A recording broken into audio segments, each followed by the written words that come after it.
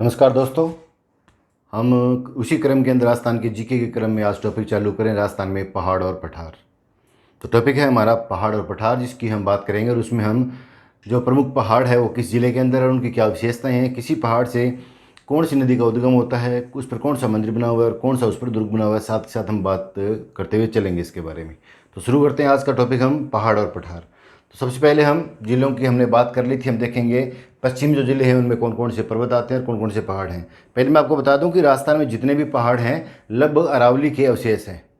तो ये अरावली के जो अवशेष हैं ये राजस्थान के बीचों बीच भी हैं और पश्चिमी राजस्थान में जो पहाड़ी हैं वो भी अरावली के अवशेष माने जाते हैं। तो देखते हैं हम सबसे पहले जैसलमेर। ये जो ज़िला है जैसलमेर, यहाँ पर जो पहाड़ी है इस पहाड़ी का नाम है त्रिकूट पहाड़ी।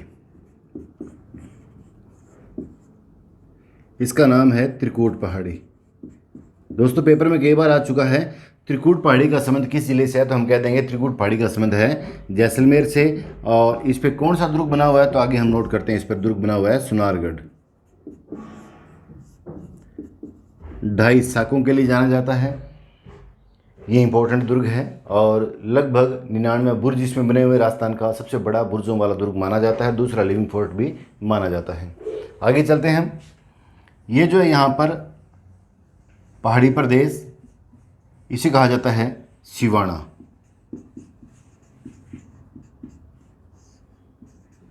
सिवाना पर्वत। इसी सिवाना पर्वत पर एक तरफ 56 की पहाड़ियां हैं,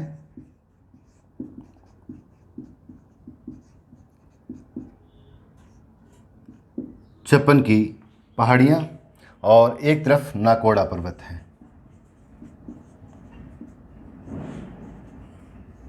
नाकोड़ा पर्वत। सिवाना पर्वत बाड़मेर जालोर की सीमा रेखा पर माना जाता है और इसी पर एक तरफ 56 की पहाड़ियां हैं और एक तरफ नाकोड़ा पर्वत है। 56 की पहाड़ियां और 56 के मैदान में अंतर है। 56 का मैदान जो है वो प्रतापगढ़ और बांसवाड़ा की सीमा रेखा पे है और ये 56 की पहाड़ियां बाड़मेर में हैं। नाकोड़ा पर्वत को लेकर हम देखते हैं क्या विशेषता है। ये मेवानगर बाड़मेर के पास स्थित है। मेवानगर बाड़मेर, बाड़मेर तो है ही, और जैन तीर्थंकर माना जाता है। जैन तीर्थंकर या तीर्थ स्थान माना जाता है। जो 23वें जैन तीर्थंकर थे उनका यहाँ पर मंदिर बना हुआ है। उनका नाम था पार्श्वनाथ। पार्श्वनाथ का मंदिर।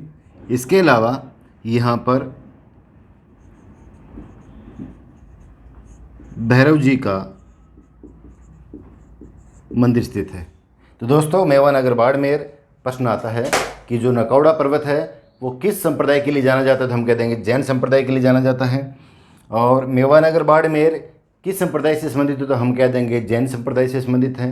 वो पूछेगा नाकोड़ा पर्वत जो है उस पर किसका मंदिर बना हुआ है, तो हम कह देंगे 23वें जैन तीर्थंकर पार्श्वनाथ का मंदिर बना हुआ है। और इसके पास ही जो भैरव जी हैं उनका मंदिर बना हुआ है, गुरु भैरव उनका मंदिर बना हुआ है। और ये है जैन तीर्थंकर 23वें, इनका मंदिर यहाँ पर बना हुआ है। जो भैरव मंदिर है और पार्श्वनाथ मंदिर है उनको श्रद्धा स्वरूप हाथ का हुजूर और जागती ज्योत कहा जाता है। हाथ का हुजूर व जागती ज्योत के नाम से इनको जाना जाता है। ये दो नाम आपको याद करने हैं। नाकोड़ा जी हमने बात की बाड़मेर में सिवाना पर्वत की, उसके ऊपर जो मैंने बताया है 56 की पहाड़ियाँ, नीचे है नाकोड़ा पर्वत। इसी सिवाना की पहाड़ियाँ उनके ऊपर बनी हुई है। ये जो नाकोड़ा पर्वत है ये है मेवानगर बाड़मेर में। जैन तीर्थंकर जो है 23वें पार्श्वनाथ उनका मंदिर बना हुआ है। इनके अलावा जो भैरवनाथ है उनका मंदिर बना हुआ है और इन्हें हाथ का हजूर या जागती ज्योत के नाम से जाना जाता है। आगे चलते हैं। यहाँ पर बाड़मेर में ही जालोर की सीमा रेखा से लेकर बालोतरा तक का पहाड़ी जो प्रदेश है ये, इसे कहा जाता है मालानी पर्वत। मालानी पर्वत। ये मल्लीनाथ जो लोक देवता हैं उनके नाम पर इनका नाम रखा गया है मलानी पर्वत। जालोर से लेकर बालोतरा तक की सीमा रेखा का जो प्रदेश है वो कहलाता है मलानी पर्वत। ये रहा बाड़मेर। आगे चलते हैं हम जालोर। जालोर में 5 पहाड़ियाँ बना रहा हूँ मैं। ये 5 पहाड़ियाँ हैं जालोर में, अलग अलग नाम है, अलग अलग चोटियाँ हैं। इनके अलग अलग नाम हैं। देखते हैं क्या क्या नाम आते हैं। उससे पहले मैं ये जो ऊपर वाला है इसे अपने साफ़ कर लेते हैं, स्पेस बन जाएगा।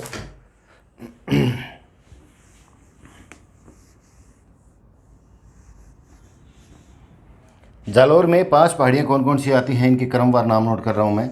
पहला है डोरा पर्वत, जालौर की बात कर रहे हैं हम, डोरा पर्वत।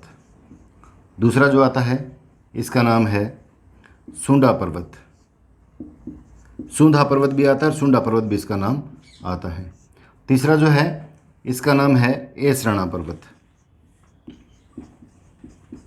एसराणा पर्वत। और चौथा जो आता है इसका नाम है जसवंतपुरा की पहाड़ी।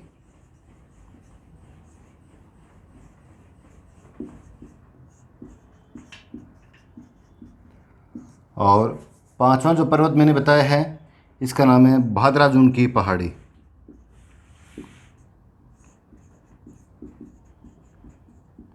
तो दोस्तों जालौर में ये ज़िला जालौर है। जालौर में मैंने आपको 5 चोटियाँ और पर्वत की बात की है। पहला है डोरा पर्वत, दूसरा है सूंढा पर्वत, तीसरा है एसराणा पर्वत, चौथा है जसवंतपुरा की पहाड़ी और पांचवा है और लास्ट है भद्राजून की पहाड़ी। तो जालौर की हमने पर्वतों की बात की। अब देखते हैं इनकी विशेषता क्या है। सूंढा पर्वत की बात करें तो यहाँ पर सूंधा माता का मंदिर बना हुआ है,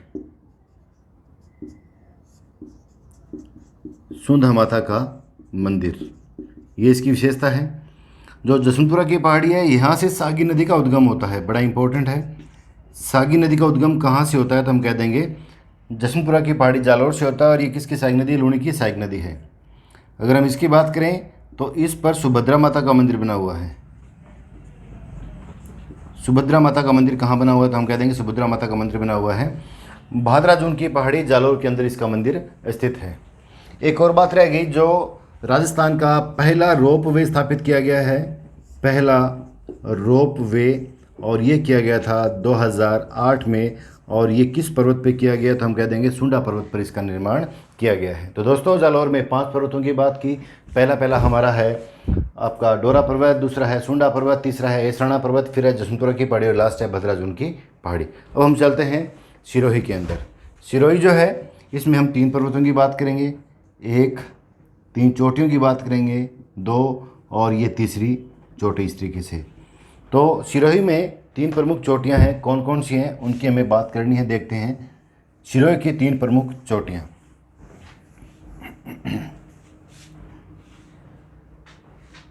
ये सिरोही है, ये 3 प्रमुख चोटी है। मैं इनको यहाँ डायग्राम बना रहा हूँ इनका, 1 2 और ये 3। ये सिरोही की तीनों चोटियां हैं। पहली चोटी का नाम है आबू पर्वत, आबू पर्वत। दूसरी जो है इसका नाम है उड़िया का पठार, उड़िया का पठार। और तीसरी जो है इसका नाम है गुरु शिखर, गुरु शिखर। सिरोही में ये तीनों सिरोही के अंदर हैं और तीनों ही बड़ी विशेष हैं। तीनों की ऊंचाई की हम बात करते हैं। आबू पर्वत है, इसकी ऊंचाई है 1200 मीटर, पेपर में आ चुकी है इसलिए हम इनकी बात करेंगे।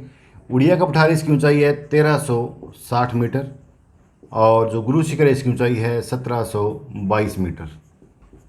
3 है। प्रश्न ये बनता है कि इन दोनों की ऊंचाई में अंतर कितना है या इन दोनों की ऊंचाई में अंतर कितना है। इन दोनों की ऊंचाई में अंतर 1200 से लेकर 1360 के बीच में जितना अंतर है वो दोनों के बीच का अंतर माना जाएगा। और वो कहते हैं उड़िया के पठार और गुरु शिखर में अंतर कितना है, तो ये जो अंतर है ये दोनों के बीच का अंतर माना जाएगा। इसमें से ये घटा दो, जो बचेगा वो उड़िया का पठार नीचा होगा, गुरु शिखर उससे उतना ऊंचा होता है। गुरु शिखर जो है इसे संतों का शिखर भी कहा जाता है, संतों का शिखर भी इसे कहा जाता है। अगर हम नीलगिरी की पहाड़ियों को देखें, उनको छोड़ दें, ये जो पूरा भारत है ये भारत है, हिमालय की बात न करें और ये नीलगिरी की पहाड़ियाँ इनकी बात न करें, तो पूरे भारत की सबसे ऊंची कोई चोटी है तो वो मानी जाती है सिरोही के अंदर गुरु शिखर। इसे सागरमाथा भी, राजस्थान का सागरमाथा भी इसको कहा जाता है। और इसी संतों का शिखर भी कहा जाता है। 1722 मीटर ऊंची है, अरावली की ऊंची चोटी मानी जाती है। ये गुरु शिखर इसे कहा जाता है। ये रही सिरोही की 3 चोटियाँ, आबू पर्वत, उड़िया का पठार, गुरु शिखर। उड़िया का पठार 1360 मीटर, गुरु शिखर 1722 मीटर, आबू पर्वत 1200 मीटर है। इनका वो भी क्रम आपको याद रखना है। ये पूर्व दिशा है, ये पश्चिम दिशा है। पूर्व से पहला गुरु शिखर, दूसरा उड़िया का पठार और तीसरा आबू पर्वत आता है, सिरोही के अंदर है। आगे चलते हैं। अब हम चलते हैं उदयपुर में। ये उदयपुर जिले के जो शहर बसा हुआ है उसके चारों ओर तस्तरी नुमा जो पहाड़ियाँ हैं शहर के चारों ओर, उनको गिरवा कहा जाता है। इन्हें कहा जाता है गिरवा। गिरवा राजस्थानी भाषा में हवा को भी कहा जाता है। हवा की विशेष दिशा को गिरवा कहा जाता है। वहाँ तस्तरी नुमा जो पहाड़ियाँ हैं उदयपुर में, उसे गिरवा कहा जाता है। इसके अलावा जैसमंद झील के पूर्व में जो पहाड़ी प्रदेश है इसे कहा जाता है लसाड़िया पर्वत। उदयपुर में ही लसाड़िया पर्वत है जो जैसमंद झील के पूर्व में है।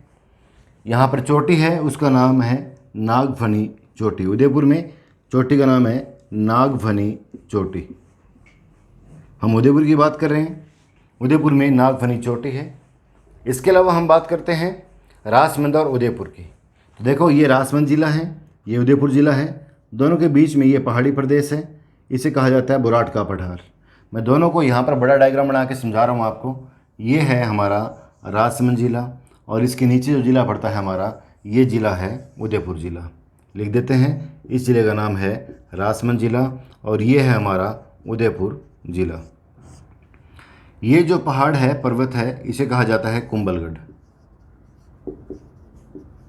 कुंभलगढ़ किस जिले में है? तो हम कह देंगे ये राजसमंद जिले में है। और यहाँ जो पर्वत है ये है गोगुंदा। गोगुंदा। दोनों के बीच में जो पहाड़ी प्रदेश है इस तरीके से ये रहा, इसे कहा जाता है बोराट का पठार। बोराट का पठार। ये राजसमंद जिला, उदयपुर जिला, राजसमंद में कुंभलगढ़ से लेकर उदयपुर में गोगुंदा तक का पठारी प्रदेश कहलाता है बोराट का पठार। बोराट के पठार का ऊपर वाला हिस्सा राजसमंद में और ये पश्चिम का हिस्सा, हम अगर यहाँ की बात करें उत्तर में और पश्चिम में, इस प्रदेश को कहा जाता है मगरा। मगरा केवल राजसमंद में कहा जाता है। जो बोराट का पठार है उसका उत्तरी और पश्चिमी हिस्सा, गहरा हिस्सा, उसे मगरा कहा जाता है। और अगर हम बात करें उदयपुर में चारों तरफ इसका हरा भरा भाग जो है ये रहा। उदयपुर के चारों तरफ, बोराट के चारों तरफ जो हरा भरा भाग है इसे कहा जाता है देशहरो। इसे कहा जाता है देशहरो। वर्ष भर हरा भरा रहने वाला जो बोराट के पठार का चारों तरफ का हिस्सा है इसे देशहरो कहा जाता है। दोस्तों, इसके अलावा बोराट के पठार की सबसे ऊंची चोटी जो है वो यहाँ पर है, ये रही। इसे कहा जाता है जरगा। जरगा चोटी। इस तरीके से हमने बोराट के पठार की बात की। बोराट का पठार बड़ा इंपॉर्टेंट है, पेपर में कई बार आ चुका है। उसने दो नाम दे दिए। कुंभलगढ़ गोगुंदा के बीच के पठार को कहा जाता है, बिजौलिया उपरमाल के बीच के प्रदेश को कहा जाता है, या वो ये कह दे कि जालौर और जो बालोतरा है उसके बीच के प्रदेश को कहा जाता है। ऐसे करके 4 ऑप्शन दे देगा। हमें ये देखना है कि किसे बोराट का पठार कहा जाता है। हम कह देंगे कुंभलगढ़ से लेकर गोगुंदा के बीच के प्रदेश को बोराट का पठार कहा जाता है।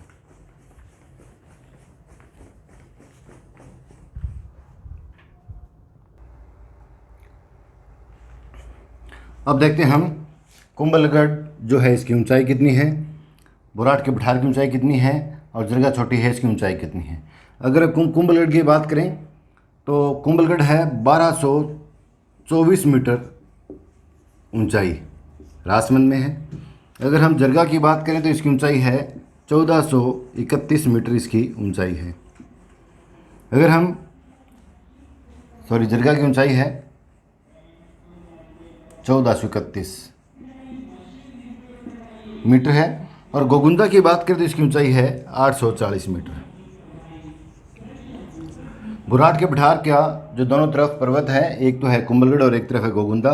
कुंभलगढ़ की ऊंचाई है 1224 मीटर और गोगुंदा की ऊंचाई है 840 मीटर। इस पूरे पठार की सबसे ऊंची चोटी उसका नाम है जरगा और उसकी ऊंचाई है 1431 मीटर। थोड़ा बड़ा लिख देता हूँ मैं इसको, 1431 मीटर ये सबसे ऊंची चोटी इसकी है। तो बड़ा इंपॉर्टेंट है, राजमंद और उदयपुर के बीच में है, बुराट का पठार है, कुंभलगढ़ से लेकर गोगुंदा के बीच का है। ऊंची चोटी का नाम है जरगा, जो अरावली की 4 नंबर की सबसे ऊंची चोटी है। ये अरावली की 4 नंबर की सबसे ऊंची चोटी है। जो चोटी है वो पहली गुरु शिखर, दूसरी शेर, तीसरी देलवाड़ा और चौथी जरगा चोटी है। ऊंचाई है 1431 मीटर। दोस्तों आगे चलते हैं हम चित्तौड़गढ़ में। ये हमारा पूरा हो गया। अब है चित्तौड़गढ़।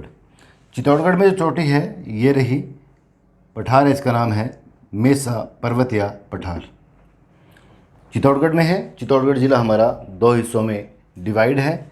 ये हिस्सा पूरा पूरा चित्तौड़गढ़ है और इधर वाला ये छोटा हिस्सा ये भी चित्तौड़गढ़ है।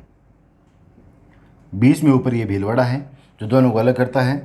ये नीचे सारा सारा एमपी का है हिस्सा और दोनों के बीच में जो ज़िले का हिस्सा आता है वो आता है एमपी का नीमच ज़िला है, जो दोनों चित्तौड़गढ़ के हिस्सों के बीच में आता है। चित्तौड़गढ़ में ये जो पर्वत है इसका नाम है, इसे एक बार साफ कर लें हम, यहाँ बात करते हैं। चित्तौड़गढ़ में जो पर्वत है उसका नाम है मेसा पर्वत और मेसा पर्वत पर जो दुर्ग बना हुआ है बड़ा इंपॉर्टेंट है, राजस्थान का पहला लिविंग फोर्ट कहलाता है, उसकी हम बात करते हैं। तो इस तरीके से ऐसे पर्वत है, ये रहा, इसका नाम है मेसा पर्वत। मेसा पर्वत, इस पे दुर्ग बना हुआ है। इस दुर्ग का नाम है चित्तौड़गढ़ दुर्ग। एक नाम इसका चित्रकूट दुर्ग भी कहा जाता है, इसे चित्रकूट दुर्ग भी कहा जाता है और ये राजस्थान का पहला लिविंग फोर्ट माना जाता है। चित्तौड़गढ़ दुर्ग राजस्थान का पहला लिविंग फोर्ट है, मेसा पर्वत पे बना हुआ है और बेड़च नदी के किनारे स्थित है। यहाँ जो नदी निकलती है मेसा पर्वत के पास से, इस नदी का नाम है बेड़च नदी। हम दुर्ग में करेंगे सारी बातें, बेड़च नदी। बात यह है कि ये मेसा पर्वत है, इसकी समुद्र तल से ऊंचाई कितनी है तो हम कहते हैं कि इसकी ऊंचाई है 620 मीटर। मेसा पर्वत चित्तौड़गढ़ में, समुद्र तल से ऊंचाई 620 मीटर। मेसा पर्वत पे दुर्ग कौन सा है? चित्तौड़गढ़ दुर्ग बना हुआ है। ये रहा हमारा चित्तौड़गढ़ का मेसा पर्वत। आगे चलते हैं हम। आगे देखो आप, बड़ा इंपॉर्टेंट है। ये ज़िला है भीलवाड़ा और ये छोटा चित्तौड़गढ़ और दोनों के ही बीच में जो पर्वत है उसे कहा जाता है ऊपरमाल। बड़ा इंपॉर्टेंट है, गौर से सुनना सभी आप। ये भीलवाड़ा और ये चित्तौड़गढ़ दोनों के बीच के हिस्से को कहा जाता है, ये रहा, ये है ऊपरमाल। दोस्तों मैं ये डायग्राम यहाँ पर बनाकर आपको समझाऊंगा ताकि आपके ढंग से समझ में आ जाए। तो यहाँ देखते हैं हम, ये ज़िला है भीलवाड़ा, इधर बड़ा है चित्तौड़गढ़ और इधर छोटा हिस्सा चित्तौड़गढ़ का। ये चित्तौड़गढ़, इधर जो ज़िला पड़ता है ये बूंदी है। मैं लिख देता हूँ शॉर्ट में, ये बूंदी है और ये भीलवाड़ा है और ये दोनों ही चित्तौड़गढ़ जो ज़िले हैं उनका हिस्से हैं। चित्तौड़गढ़, यहाँ पहाड़ है और यहाँ भी है, एक चित्तौड़गढ़ में और एक भीलवाड़ा में। इसे कहा जाता है बिजौलिया। भीलवाड़ा में बिजौलिया और चित्तौड़गढ़ में इसे कहा जाता है भैंसरोडगढ़। भैंसरोडगढ़, बिजौलिया और भैंसरोडगढ़ के बीच का जो प्रदेश है ये इस तरीके से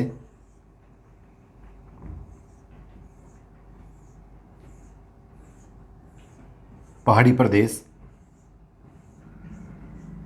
ये रहा, इसे कहा जाता है ऊपरमाल।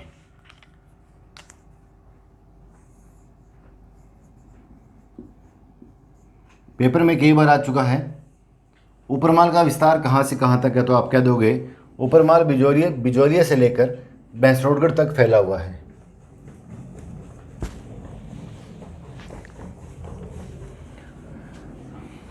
ऊपरमाल जो है भीलवाड़ा में बिजौलिया से लेकर चित्तौड़गढ़ में जो भैंसोड़गढ़ है वहाँ तक फैला हुआ जो पहाड़ी प्रदेश है वो ऊपरमाल कहलाता है। प्रश्न एक बार ये आया था कि ऊपरमाल का विस्तार किस ज़िले में नहीं है। तो देखो आपके सामने 3 ज़िले दिखाई दे रहे हैं आपको, भीलवाड़ा, चित्तौड़गढ़ और थोड़ा सा बूंदी में भी इसका विस्तार है। इस तरीके से 3 ज़िले हैं। इसके अलावा चौथा जो ज़िला दे रखा था वो दे रखा था कोटा। इसका मतलब कोटा में इसका विस्तार नहीं है। दूसरा, इससे 2 मुख्य नदियाँ निकलती है। एक नदी इस बिजोलिया से निकलती है और एक बीच में से निकलती है। जो बिजोलिया से निकलती है इस नदी का नाम है मेज नदी, और जो बीच में से निकलती है इस नदी का नाम है कुराल नदी। कुराल नदी। तो दोस्तों इस तरीके से 2 नदियाँ भी निकलती हैं। एक का नाम है मेज नदी और एक का नाम है कुराल नदी। दोबारा फिर मैं रिवाइज कर रहा हूँ। ऊपरमाल भीलवाड़ा में बिजोलिया से लेकर चित्तौड़गढ़ में भैंसोड़गढ़ तक का फैला हुआ पहाड़ी प्रदेश कहलाता है ऊपरमाल। ऊपरमाल का विस्तार 3 जिलों में है, भीलवाड़ा है, चित्तौड़गढ़ और बूंदी है। ऊपरमाल से 2 नदियों का उद्गम होता है। बिजोलिया से निकलने वाली नदी का नाम है मेज नदी और बीच में भीलवाड़ा से निकलने वाली नदी का नाम है कुराल नदी। और दोनों ही नदियाँ चंबल की सहायक नदी मानी जाती हैं। किसकी सहायक नदी है ये? चंबल की सहायक नदी मानी जाती है। ये रहा हमारा ऊपरमाल, पेपर के लिहाज से बड़ा इंपॉर्टेंट है। अब हम चलते हैं आगे कोटा और झालावाड़ के अंदर। अगला हमारा है कोटा और झालावाड़।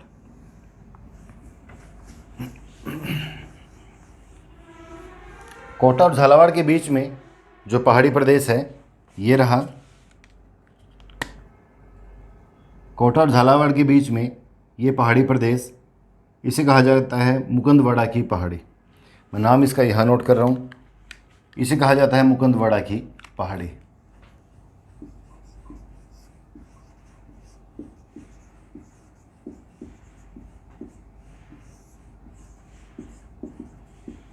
पहाड़ी 2 जिलों के बीच में है,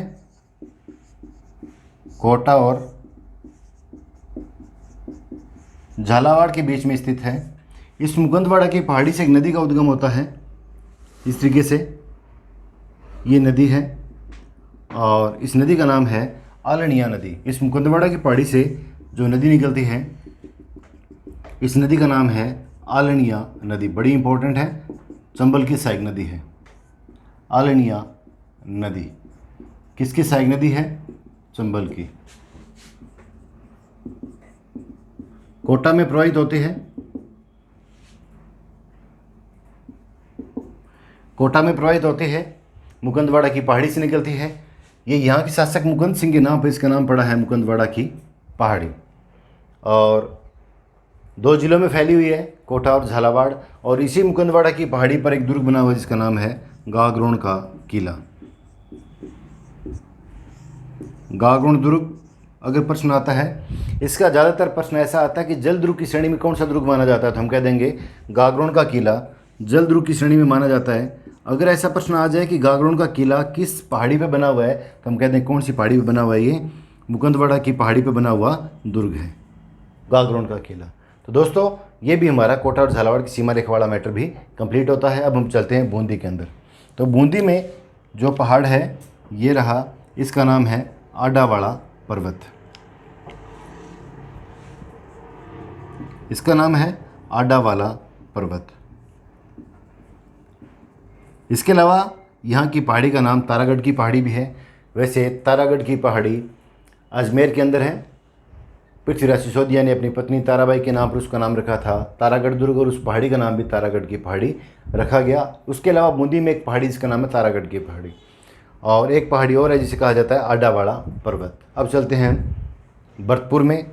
भरतपुर में कौन सी पहाड़ी आती है? ये रही भरतपुर में पहाड़ी, और इसे कहा जाता है दमदमा पहाड़ी।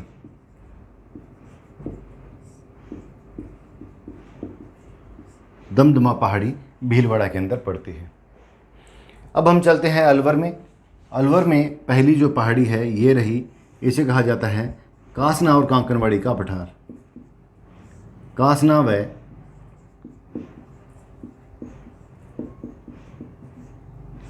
कांकरवाड़ी का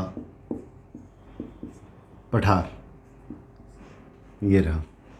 कासना व कांकरवाड़ी का पठार जो है ये सरिस्का अभयारण्य जो है अलवर के अंदर, जो राजस्थान का दूसरा प्रोजेक्ट टाइगर में शामिल अभयारण्य है।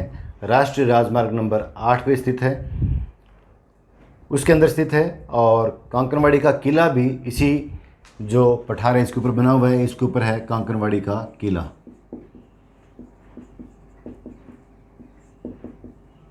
कांकरवाड़ी का किला यहाँ पर स्थित है। इसके अलावा एक पहाड़ी और भी है यहाँ पर। हम अलवर की बात कर रहे हैं। अलवर में एक पहाड़ी और है, इसका नाम है उदयनाथ की पहाड़ी।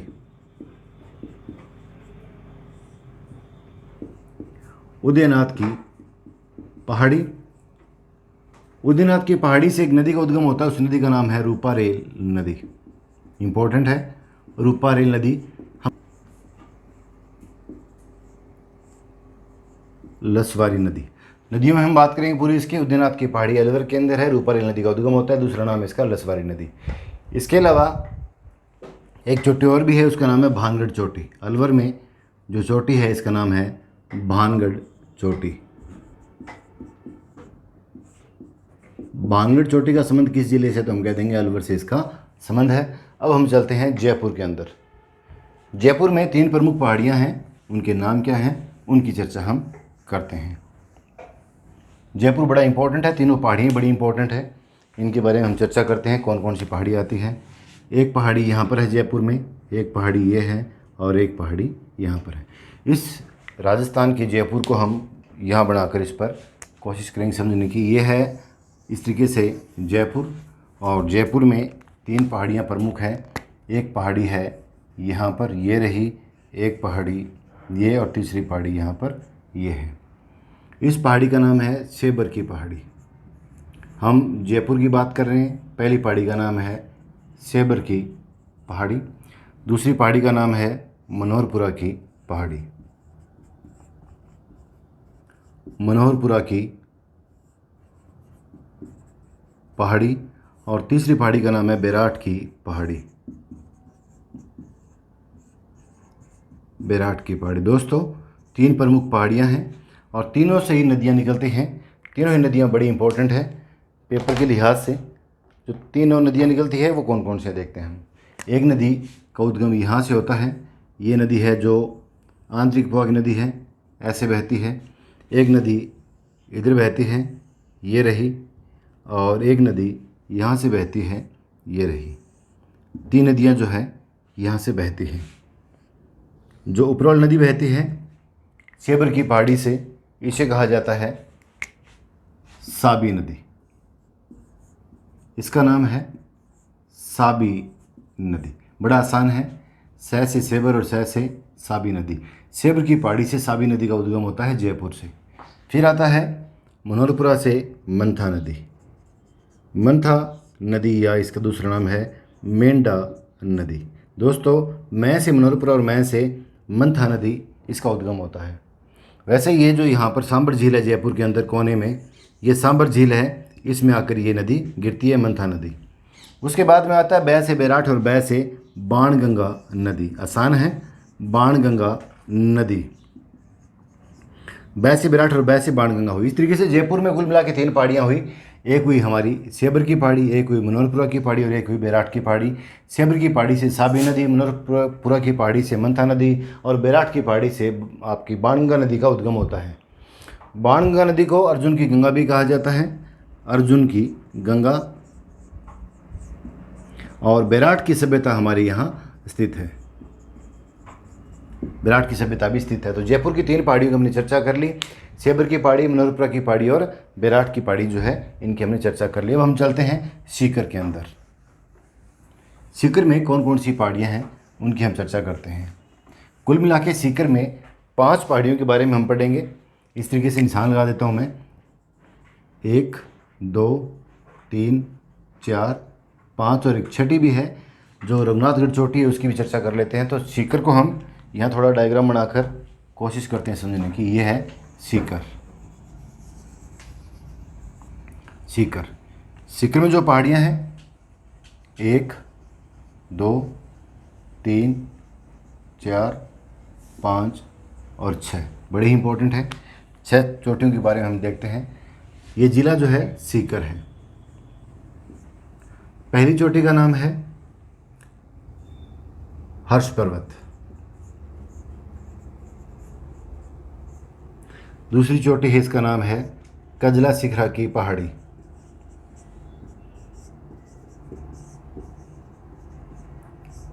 शिखरा की पहाड़ी।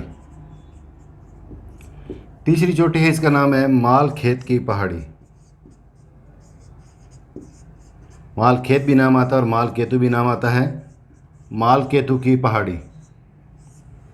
उसके बाद आता है नेछवा की पहाड़ी। दोस्तों सीकर में पहाड़ियों की बात कर रहे हैं, नेछवा की पहाड़ी। उसके बाद में आता है खंडेला की पहाड़ी।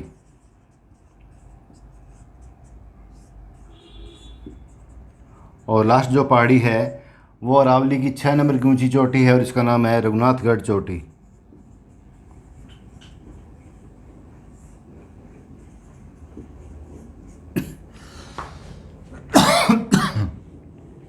रघुनाथगढ़ चोटी। अब हम देखते हैं इनकी विशेषताओं के बारे में।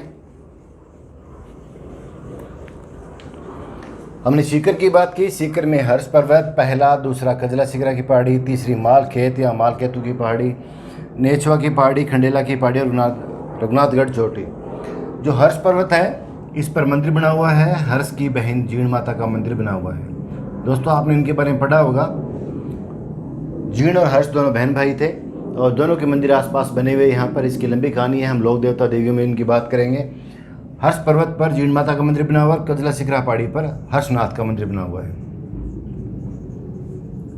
हर्षनाथ का मंदिर बना हुआ है। इसका नाम ऐसा क्यों है? तो कहा जाता है कि इसमें अखंड ज्योति जलती रहती है। जीण माता और हर्ष के मंदिर में दोनों में अखंड ज्योति जलती रहती है। और यहाँ की जो काजल है, कालिक जो है, उसको शुभ मानते हैं। तो उसी काली की वजह से इसका नाम रखा गया कजला शिखरा की पहाड़ी। आगे आता है माल खेत की पहाड़ी, माल केतु की पहाड़ी, फिर नेछवा की पहाड़ी, फिर खंडेला की पहाड़ी। खंडेला की पहाड़ी से कांतली नदी का उद्गम होता है। कांतली नदी है उसका उद्गम, जिसका दूसरा नाम है मौसमी नदी, उसका उद्गम होता है सीकर से। और जो आंतरिक भाग नदी है जिसकी लंबाई 100 किलोमीटर है, हम नदियों में इसकी चर्चा करेंगे।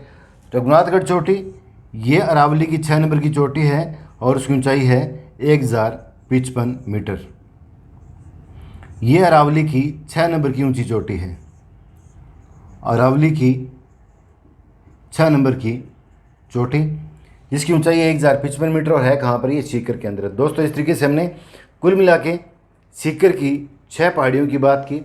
हर्ष पर्वत, कजला शिखरा की पहाड़ी, उसके बाद में आता है माल खेत या माल केतु की पहाड़ी, नेछवा की पहाड़ी, खंडेला की पहाड़ी और लास्ट में आता है रघुनाथगढ़ चोटी। इस तरीके से कुल मिला के हमने 6 पहाड़ी जो है शिखर उनकी हमने चर्चा कर ली।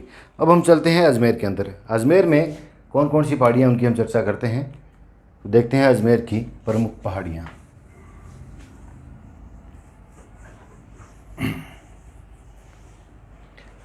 अजमेर राजस्थान के बीचों बीच है, जिसे राजस्थान का मक्का भी कहा जाता है। इसमें कुल मिला के 3 पहाड़ियाँ प्रमुख है। ये रही, इनकी चर्चा हम करते हैं। ये है अजमेर। अजमेर की 3 प्रमुख पहाड़ियाँ कौन कौन सी हैं देखते हैं हम। ये रही, इसे कहा जाता है नाग पहाड़। दूसरी जो है ये रही, इसे कहा जाता है गढ़बिठली की पहाड़ी।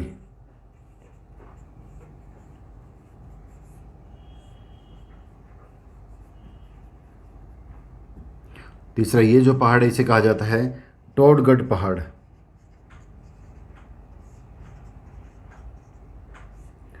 टोडगढ़ पहाड़। इसके अलावा घाटी और प्रसिद्ध है, उसे कहा जाता है घूघरा घाटी। यहाँ पर पहाड़ी भी है जिसे कहा जाता है कुकरा की पहाड़ी। दोस्तों इस तरीके से हमने अजमेर की बात की। अजमेर जो है उसमें 4 नाम हमने पढ़े हैं। पहला आता है नाग पहाड़, दूसरा आता है गढ़बिठली की पहाड़ी, तीसरा आता है टोडगढ़, चौथा आता है कुकरा की पहाड़ी या घूघरा घाटी। नाग पहाड़ है, यहाँ से एक नदी का उद्गम होता है। ये रही नदी, इसे कहा जाता है लूणी नदी। सही मायने में नाग पहाड़ जो है यहाँ से निकलने वाली नदी का नाम लूणी नदी नहीं है, इसका नाम है सागरमती नदी। लेकिन फिर भी हम पढ़ लेते हैं, इसे कहा जाता है यहाँ पर लूणी नदी। गढ़बिठली जो पहाड़ी है इस पर दुर्ग बना हुआ है जिसे कहा जाता है अजयमेरु दुर्ग। अजयमेरु दुर्ग जिसका निर्माण 1113 ईस्वी में अजय राज के द्वारा करवाया गया था। इसे ही तारागढ़ के दुर्ग की श्रेणी में रखा गया है। तारागढ़ दुर्ग कहा जाता है और इसे राजस्थान का जिब्राल्टर भी कहा जाता है। राजस्थान का जिब्राल्टर इसलिए कहा जाता है कि इस पर अथाह पानी का भंडार जो है करने की क्षमता थी, इसलिए इसे राजस्थान का जिब्राल्टर कहा जाता है। अजयमेरू दुर्ग गढ़बिडली की पहाड़ी पर स्थित है। इसके बाद हम बात करते हैं टोडगढ़। इस पर जो हमारे इतिहासकार थे कर्नल जेम्स टोड, उनका रिहायशी महल बना हुआ है, जिसको हम दुर्ग की श्रेणी भी दुर्ग में भी रख सकते हैं। महल या दुर्ग। टोडगढ़ दुर्ग कहाँ पे है, तो हम कह देंगे टोडगढ़ पहाड़ पर स्थित है। इस तरीके से अजमेर की हमने कुल मिला के एक नाग पहाड़ की बात की, गढ़बिडली की पहाड़ी की बात की, टोडगढ़ की बात कर ली। अजमेर हमारा कंप्लीट। अब हम चलते हैं राजसमंद में। राजसमंद में कौन कौन सी पहाड़ी आती है उसकी हम चर्चा करते हैं। राजसमंद में 3 पहाड़ी प्रमुख हैं। पहले हम कुंभलगढ़ की बात कर चुके हैं। कुंभलगढ़ से लेकर गोगुंदा तक का पहाड़ी जो प्रदेश है वो क्या कहलाता है, हमने पढ़ लिया था, उसे बोराट का पठार कहा जाता है। अब इसे हम एक बार दोबारा देखते हैं राजसमंद को। राजसमंद में 3 प्रमुख पहाड़ियाँ हैं। ये रहा राजसमंद जिला, बड़ा ही इंपॉर्टेंट है राजसमंद जिला। यहाँ 3 पहाड़ियाँ हैं, एक पहाड़ी यहाँ, एक पहाड़ी यहाँ और एक पहाड़ी यहाँ। तीनों में यहाँ डायग्राम बना रहा हूँ। पहली पहाड़ी ये रही, दूसरी ये रही और तीसरी पहाड़ी यहाँ है, ये रही। जो पहली पहाड़ी है इसका नाम है बिंजराल की पहाड़ी। बिंजराल की पहाड़ी। तीसरी है, इसका नाम है दिवेर की पहाड़ी।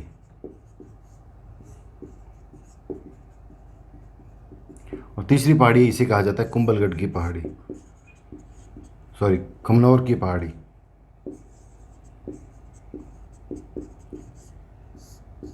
खमनौर की पहाड़ी से कहा जाता है।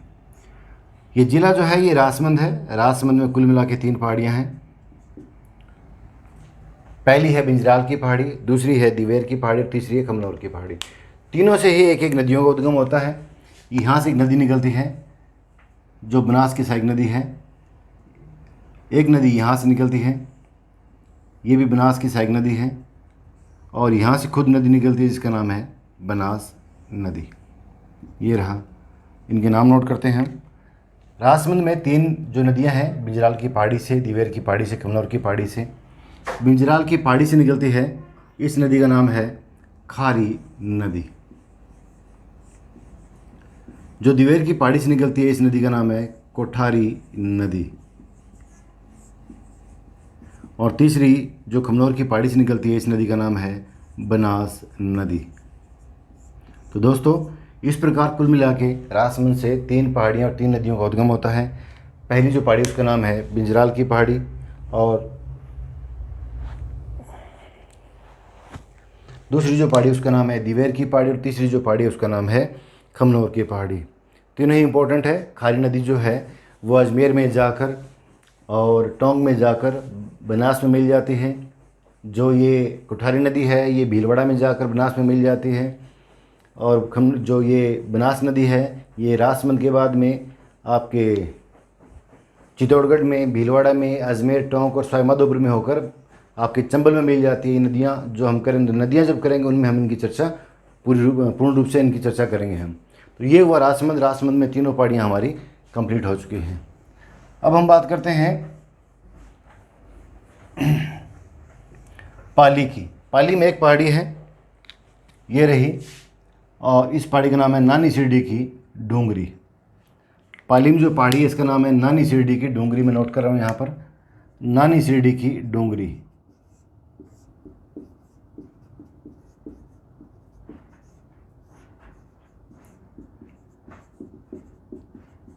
डूंगरी। इस पे जो किला बना हुआ है उस किले का नाम है सोजत का किला। सोजत का किला। वैसे सोजत जो है वो मेहंदी के लिए जाना जाता है, प्रसिद्ध है। ये रहा नानी शिरडी की डूंगरी, जिस पे सोजत का किला बना हुआ है, पाली के अंदर स्थित है। अब हम बात करते हैं भीलवाड़ा की। भीलवाड़ा में जो पर्वत है इसका नाम है मांडलगढ़ पर्वत। ये रहा, इसका नाम है मांडलगढ़ पर्वत।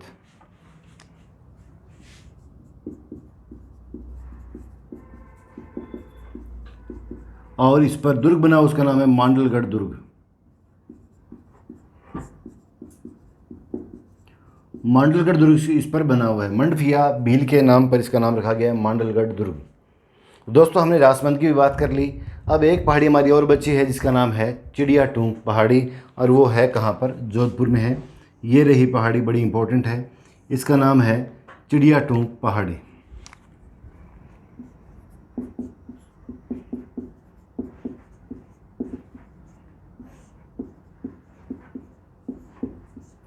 चिड़िया टूंग पहाड़ी, और इस पर दुर्ग जो बना हुआ है उसका नाम है मेहरानगढ़ दुर्ग।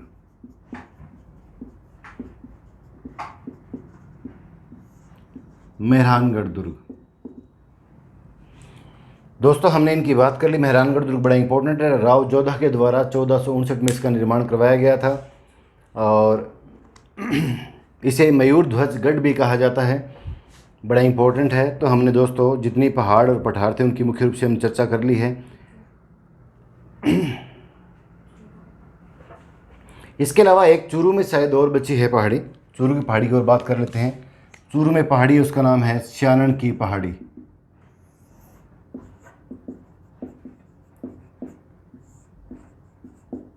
स्यानन की पहाड़ी खास कोई इंपॉर्टेंट नहीं है, फिर भी हम देख लेते हैं। चूरू की पहाड़ी का नाम है स्यानन की पहाड़ी। तो दोस्तों हमने अब शुरू से लेकर जैसलमेर से लेकर सारे जितने ज़िले थे उनकी प्रमुख पहाड़ियों की चर्चा कर ली, और उस पर एक आधा कोई रह गया, पर मैंने पूरी कोशिश की भी सारी पहाड़ियाँ आपको करवा दी जाए। तो हमने त्रिकूट की पहाड़ी से लेकर जैसलमेर, बाड़मेर, उसके बाद में हमने जालोर की प्रमुख पहाड़ियों की बात कर ली। इसके अलावा कुछ पहाड़ियाँ और भी आती हैं, जैसे जाडोल की पहाड़ी आती है, और आपके इसराना की पहाड़ी आती है, और ये जो पहाड़ियाँ ये भी जालौर के अंदर है। तो बहुत सी पहाड़ियाँ हैं। और इसके बाद में बस्ती है प्रमुख जो शिखर हैं, 10 शिखर हैं राजस्थान में, सर्वाधिक ऊंची चोटियाँ, उनकी भी हम चर्चा अगली क्लास के अंदर करेंगे। जैसे गुरु शिखर है, शेर है, देलवाड़ा है, जरगा है, अचलगढ़ है, खो है, और बैरांच है, रघुनाथगढ़। चोटियाँ जो हैं ये अरावली की सर्वाधिक ऊंची 10 चोटियाँ, इनकी चर्चा भी हम अगली क्लास में करेंगे। लेक्चर काफ़ी लंबा हो चुका है। हमने शिरोई की बात की, अबू पर्वत है, उड़िया का पठार है, गुरु शिखर है, इसकी बात कर ली। गुरु शिखर को संतों का शिखर कहा जाता है। हमने जो बुराट का पठार है उसकी बात कर ली, गिरवा जो है उनकी बात कर ली, मेषा पर्वत है उसकी बात कर ली, उपरमाल की बात कर ली, झालावाड़ कोटा बूंदी में जो पर्वत है उनकी बात कर ली, भरतपुर में दमदमा की पहाड़ी उसकी बात कर ली, अलवर की जो प्रमुख पहाड़ियाँ हैं, काचना कांकरवाड़ी का पठार, इसके अलावा भानगढ़ चोटी है उसकी हमने बात कर ली। उदयनाथ की पहाड़ी से जिस नदी का उद्गम होता है रूपारेल नदी की, उसकी हमने बात कर ली। उसके अलावा जो जयपुर की प्रमुख 3 पहाड़ियाँ हैं, सीकर की 6 पहाड़ियाँ हैं, चूरू की 1 पहाड़ी है। इसके अलावा जो राजसमंद की 3 प्रमुख पहाड़ियाँ हैं, जिसका नाम है बिंजराल की पहाड़ी, और एक दूसरा था हमारा डिवेर की पहाड़ी, तीसरा खमनौर की पहाड़ी, उनकी हमने चर्चा कर ली। नानी सीढ़ी की डूंगरी पाली में उसकी चर्चा कर ली। तो दोस्तों हमने ये सारी पहाड़ और पर्वत कर लिए हैं। अगर आपको वीडियो अच्छा लगा हो तो इसे लाइक करें, शेयर करें, सब्सक्राइब करें, और इसके बारे में कमेंट भी करें। अगर आपको कुछ कहना है, पूछना है, तो इसके बारे में आप ज़रूर बताएं। तो जय हिंद, जय भारत।